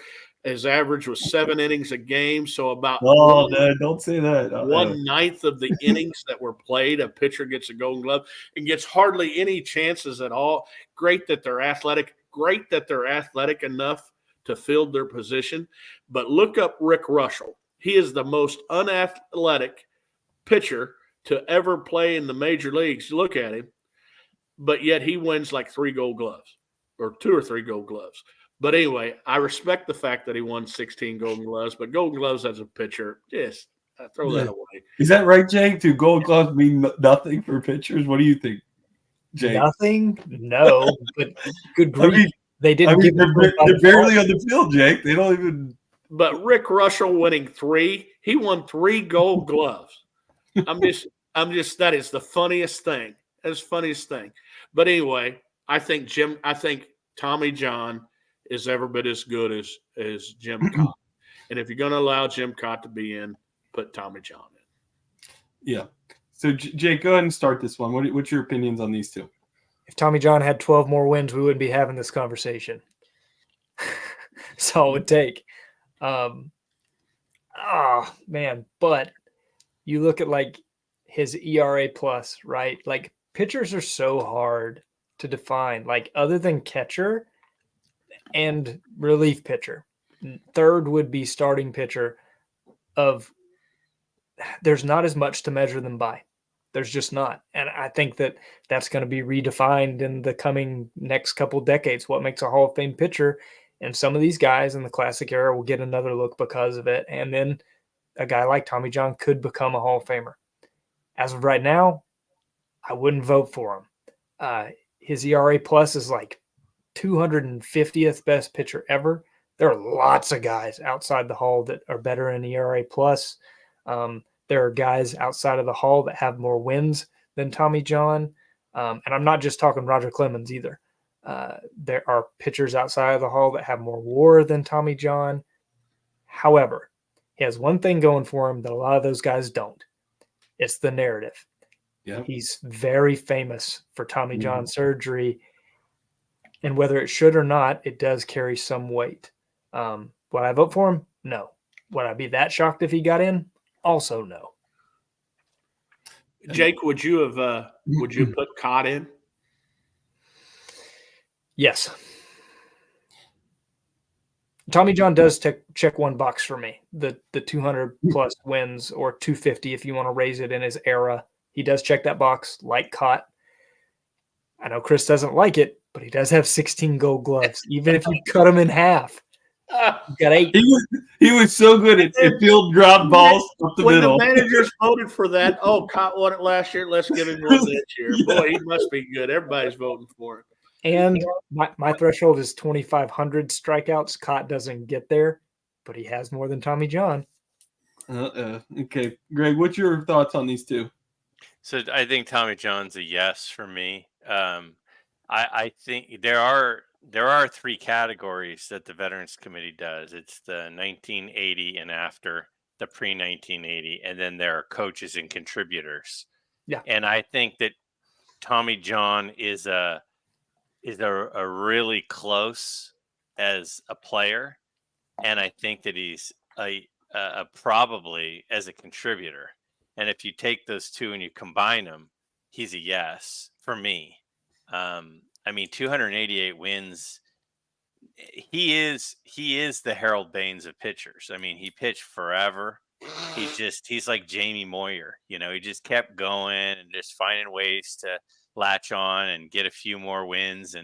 But I mean, still the 3.34 ERA, it's pretty darn good. Even I know it's a different era, but that's a pretty darn good ERA for a career with a guy that has 288 wins.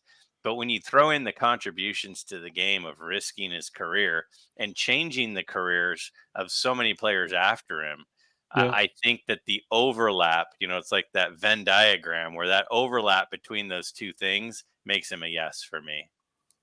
Cool. I just want to clarify. You said he was the Harold Baines of pitchers, but you would vote for him? Well, I'm saying if he is the Harold Baines of pitchers, and because of his contributions, it puts him over the top. Okay. So I think Harold Baines is, frankly, I think he's close. If I had to vote, I don't think I would vote for him, but I do think he's close. But if he had done something like Tommy John did in risking his career, that would put him over the top for me. So that contribution adds something to me. Yeah. So let me say something here. I wouldn't vote for either one of them. Okay. So I love them. I mean, I love what they mean to baseball. And I love Jim Cott. I love Tommy John. And I love what they meant for baseball. But you know what? I would not want any one of those two starting Game 7 of a World Series. And if you're going to be a starting pitcher in the greatest museum of all time, I would want you to be able, for me to be excited for you to be starting Game 7 of a World Series. That's a pretty decent point. Pretty decent. I thought all day about that one. Holy cow! I need more Tito's that's a pretty good point.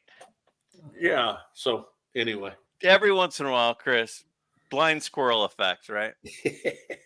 Everybody tonight's going to be looking up the defensive stats of Cott and like really try to crunch the numbers. But let's give Jake one guy to bring up that Chris should add to his list, and then Greg, and then we'll see what time it is, and maybe we'll wrap it up depending on the time. So Jake, what's the first person who comes to mind from the classic era you think Chris should consider in his list? Bad Bill Dolan. Is that who you thought I was thinking? No. So we talked John Mangini. I reached out to half a dozen people, more than that, but John Mangini, I told him I wasn't going to put him on my list because I wasn't going to go after his rookie card. Is why I wasn't putting him on my list. But I agree with you. What is it? Tell us why you would tell us why you would pick him, Jake, and I know why you would. So Bad Bill Dolan, he's got over 1,500 runs. He's got over 500 stolen bases. He was just 39 hits short of 2,500. And shortstop, position we talked about not being extremely strong. And, we talked about Concepcion having 40.1 WAR. Well, Bad Bill Dolan, if you look at the top guys outside of the Hall in terms of WAR, other than Alex Rodriguez, who's a different case and wouldn't fall in this classic era anyways, Bill Dolan is 9th all-time in WAR at his position at 75.3, which is a pretty good bit above the average at the position at 67.7. In my opinion, from the pre-war era especially, he's the number one guy that's not in that should be. That era's been gone over and over and over for a century almost. But I think he's the one guy that's really missing in terms of hitters that should be in from that era. Who I thought you were going to say is Vern Stevens, is who I thought you were going to say. Because,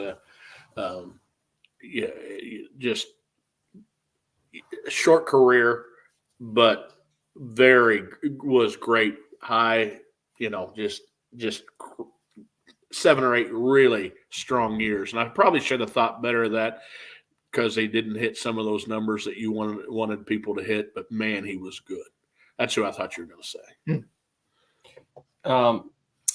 So he had a 75 WAR. And what years did he play again? Bill Dolan. Late 1800s to like 1912 or something. Wow. 1891, 1911. Rick Oddball Cards and I were there to see his last at bat. Did you have a beer?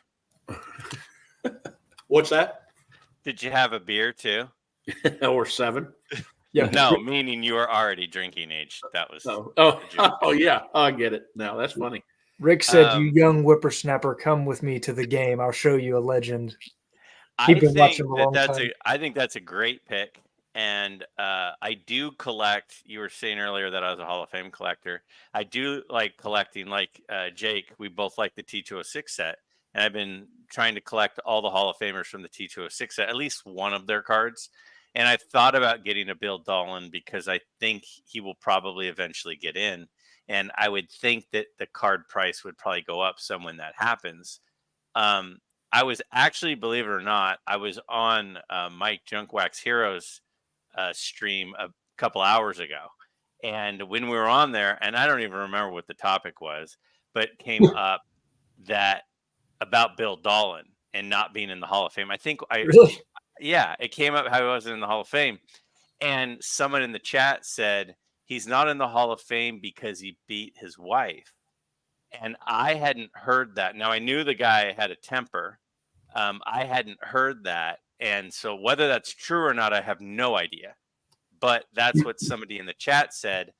And it's possible with some of the character stuff that people do, especially some of the beliefs and, things and stories about guys from that era, that could make some of these guys dicier. I don't study, the personal beliefs of guys from the turn of the century. So I don't know, but on paper, I totally agree with Jake, and he would have been on my short list as well. So no idea if that's accurate or not. That's an interesting take. Yeah, we'd have to do more research. Jake, you never heard that either? I've never heard that. Okay. Yeah. I did know he was a little bit of a loose cannon. I think he was Wild Bill, if I'm not mistaken. But I hadn't heard about the stuff with his wife or what that all entailed. Okay. So he's Bad Bill Dolan. Wild Bill Donovan was also in the T206. Okay, Bad Bill. Got it. Look at that part he had in his hair. I mean, he needs in A lot of just those for guys that. did. Yeah, that was cool.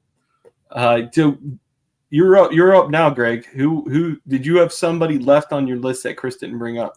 Yeah, so I had 3 on my list that I really think should, and they were Thurman Munson, Tommy John, and the third one is a similar case as Tommy John, and that's Curt Flood. Now, Curt Flood, I think, again, I think he's a very, very similar case to Tommy John, where he was a really good player, and being just his on the field play puts him really close. But then when you take his off the field contributions to the game, I think that puts him over the top. So the question would be, does he go in as a contributor or does he go in as a player? I think he goes in as a contributor more than as a player. But Okay. at the same time, his career is cut short because of his off the field contributions. So, I mean, Right. all of these big contracts and stuff that these guys are getting now, they should all be kicking down a percentage to the Flood estate because he has a lot to do with that. Now, again, his WAR's not great, but he was a good hitter, and again, you look at just that top stat line there. You go, oh, he batted 293. That's pretty good. He didn't have 2,000 hits, but that's partly because his career got cut short. If he didn't lose some seasons, then he would have had more, but the fact that, 7 Gold Gloves is, again, I'm a guy who's largely into defense as well. And so he would be my choice, but I think more as a contributor than a player, but as a player, he was really good. So I learned from doing research on Clemente that Clemente actually the players union didn't want to back Flood. They wanted to they thought, it was a losing battle. It didn't look good for them. But Clemente stood up and said that we need to back him. And is a really, really cool story that a lot of people don't talk about, because Clemente was all about players having rights.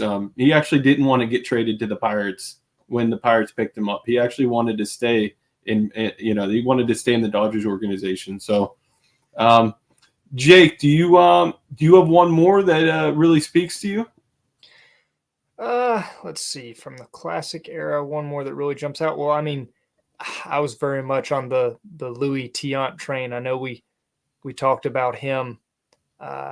He was an obvious one for me, but I'll throw out a name that I'm maybe not as strong on, but one that I think people are unaware of, because this is educational, right?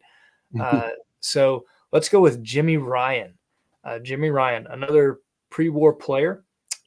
He played from 1885 to 1903. He had over 2,500 hits and over 1,500 runs. While it doesn't meet a metric for me, he still had over 1,000 RBI. Decent base stealer. Pretty good player. His WAR is not near as high as like a bad Bill Doan, but someone that had fairly good counting stats from the era. So Jimmy Ryan, you may have never heard of him. There's his baseball reference page. Maybe you learned something new. I think you're just trying to get your T206 cards to the moon. Maybe that's maybe what you're trying to do. I don't think he I don't does. think He he have a has one. T206? I don't think he has one. No. Okay. Let's see here. Chris, did you watch him play? No, he retired the year before I was able to go to Has this name come across your desk, Chris? Not yet. So with some of the guys that, I mean, I've had a lot of people message me and are really adamant about who's not getting looked at in the Hall of Fame to put on my list. And no, he hasn't made it. But some of the biggest guys that are talking to me about left-handed pitchers, not being represented enough, third baseman and catchers not represented enough. And there's plenty. There's a couple catchers that don't belong in the Hall of Fame. Some of the worst choices that were made by the players to put in the Hall of Fame back then are catchers and third basemen. But they're the least represented. And we have to remember, again, we said it earlier, but a lot of the guys that are sitting on this board to look at these guys, they interviewed last time Bert Blyleven, and he played for the Twins. And there's a big reason that I don't know who all got in. I forget, besides Tony Oliva and somebody, but Bert Blyleven hadn't even looked at his list before he went to the committee meeting, and no research. And these guys got to take this stuff serious. They got to take this stuff serious and research some of this stuff. And I think again, back in the day, they talked about Frankie Frisch being on a committee and putting some of his buddies in, Rick Farrell. And I don't know, I don't have them written down now, but yes, there's plenty. That's why I want to make sure that we don't make one mistake. Because if we and then just put everybody else in, because Rick Farrell was not a Hall of Fame player, and if we put all the catchers in that are better than Rick Farrell, man, that's a lot of people, And so I just don't want to. I don't want to make, I just don't want it to be dumbed down. Yeah. And I don't know how to take it, because I don't know, I don't know if I'm a big Hall guy or a little Hall guy. I'm just a right Hall guy. I thought your wife said she's a small Hall guy. Yeah, so did yours. But yeah, but it's just, I don't know. It's a really cool subject that everybody, that everybody's adamant about and everybody has an argument for. So I just want us to get it right. Yeah. No, this was a lot of fun. I really had a good time. And hey, we consistently had about 65 people in here. Like we hit 70, we went back down to 60, 65 people consistently. This was one of our biggest live streams. Well, and keep in mind, we're up against the Mets, Dodgers, and Sunday Night Football. Yes. So yes. Those are really good numbers. Yeah, might as well put us up against a Seinfeld final episode. or back in my day, match. Yeah, exactly. Yeah, I was wondering where Mookie was at tonight. That explains it. He's watching the Mets game. Mookie and Sammy and yeah. Okay. But hey, we want to keep the lights on here at Four Collectors Studios. So hit the like button for us, guys, and let me know how you guys liked it. We really appreciate everybody that stuck around. I had a lot of fun. I talk to these guys all the time, text, phone calls. So it was just like talking to you guys outside of YouTube. So thank you guys for taking time out today to hang out. I appreciate it. It was awesome. Thank you very much.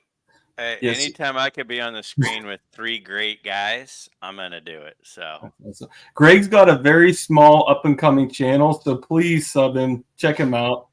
We want to support Greg. Okay. All right. I'm going to be signing off the air here with these three guys. And thank you guys for watching. Everybody have a great night.